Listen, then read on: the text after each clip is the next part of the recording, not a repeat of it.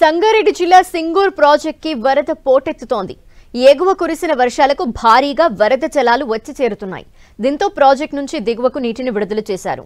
ప్రసిద్ధ పుణ్యక్షేత్రం ఏడుపాయల ఆలయం 2 రోజులుగా జల దిగ్బంధంలో చిక్కుకుంది. రాజగోపురంలో ఉత్సవ విగ్రహ ఏర్పాటు చేసి భక్తులకు అమ్మవారి దర్శనం కల్పిస్తున్నారు.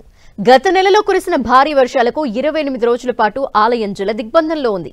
మళ్లీ ఇటీవల కురుస్తున్న భారీ వర్షాలకు ఎగువ ప్రాంతాల నుంచి వరద నీరు రావడంతో 2 రోజులుగా ఏడుపాయల ఆలయం ఇప్పుడు మళ్లీ జల దిగ్బంధంలో ఉండిపోయింది.